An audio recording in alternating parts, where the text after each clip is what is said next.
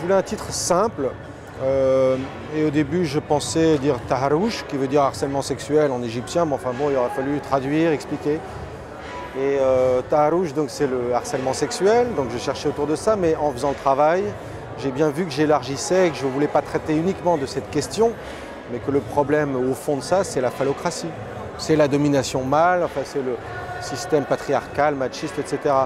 Donc pour ne pas utiliser les termes de patriarcat, enfin je trouvais que le mot phallocratia disait tout, quoi, le règne du phallus, voilà.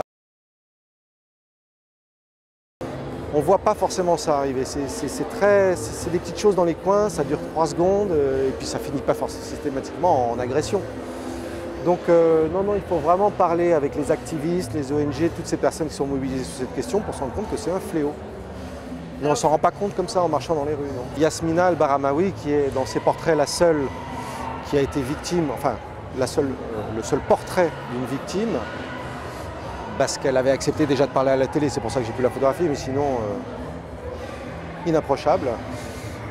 Elle se rend dans les écoles auprès des plus jeunes parce qu'elle sait que c'est là que ça se joue, c'est dans le plus jeune âge. Après c'est trop tard, on défait très difficilement ce qui a été culturellement comme ça enraciné, quoi. Et elle, sa mission c'est ça, c'est d'aller auprès des jeunes filles dans les écoles dès 10 ans et les garçons aussi. Et essayer de changer les mentalités.